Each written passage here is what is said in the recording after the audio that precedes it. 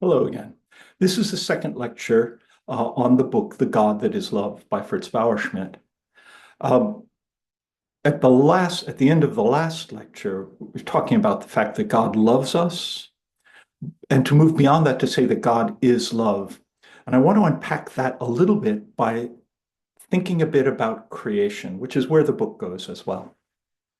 Um, One of the definitions that we learn in the book is a definition of love is love is desiring something and desiring its flourishing, desiring something or someone and desiring that thing's or that person's flourishing. And that's what it means to love someone. Now, one way of thinking about that, though, leaves you that love is desiring something, may lead you to think that you only desire things you don't have, that love comes from an absence or a lack, or maybe even a deficiency. I desire pizza because I don't have pizza. Once I have pizza, I want that pizza to stay as long as possible, but sometimes even then, well, always, in fact, in my case, it goes away. It ends up in me. Um, the desire on its own simply presumes that you don't have something yet. And that's not quite what we want to think about God when we think about God's loving us. And to understand this, it's interesting, I think, and perhaps useful to go back to thinking about creation.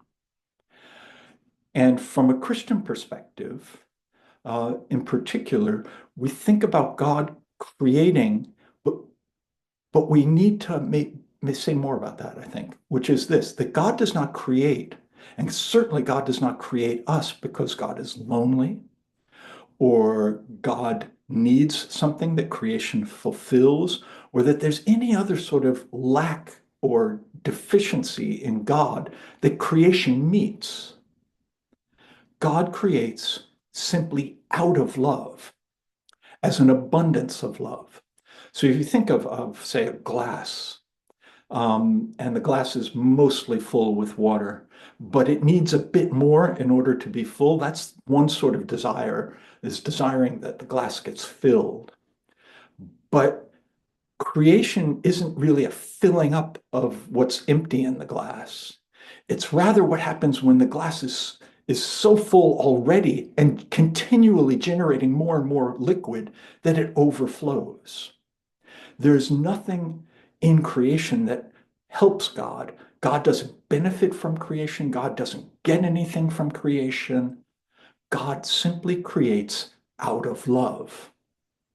And if that's the case, then that's really a fundamental piece in the argument to say that God is love. God simply doesn't love, but God is love. God is not simply a being that loves, but God is love. And that love is an overflowing, a superabundance that results in our creation. And of course, God desires our flourishing and desires us as well. But God's love for us is not because we fill up some sort of need in God. I know this is hard to accept, perhaps, but God doesn't need us.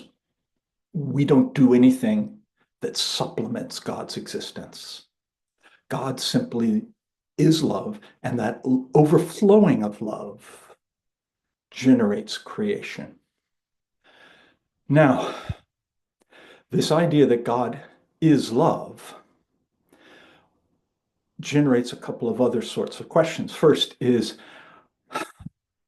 what does the claim that God is love mean when we also recognize that God allows us to suffer the consequences of our actions and may even act against our own injustices or sins? How does that fit with the claim that God is love? That's a question for down the road, particularly when we think about the crucified Jesus. The second is that the this sort of love that is a superabundant love is also an interpersonal love. And this is where Fritz turns towards Richard of St. Victor and talking about the Trinity as that exchange of love between the persons of the Trinity. The Trinity is, in a sense, love that comes from God and is directed towards God. It is that interpersonal love that the three persons of the Trinity share. And that further, I think, builds out the picture of the claim that God is love. It is a love that does allow us to suffer the consequences of our sin. It is a love that may indeed act against our injustices, but it is also a love that at its core is interpersonal. And we see that through the interpersonal love of the persons of the Trinity.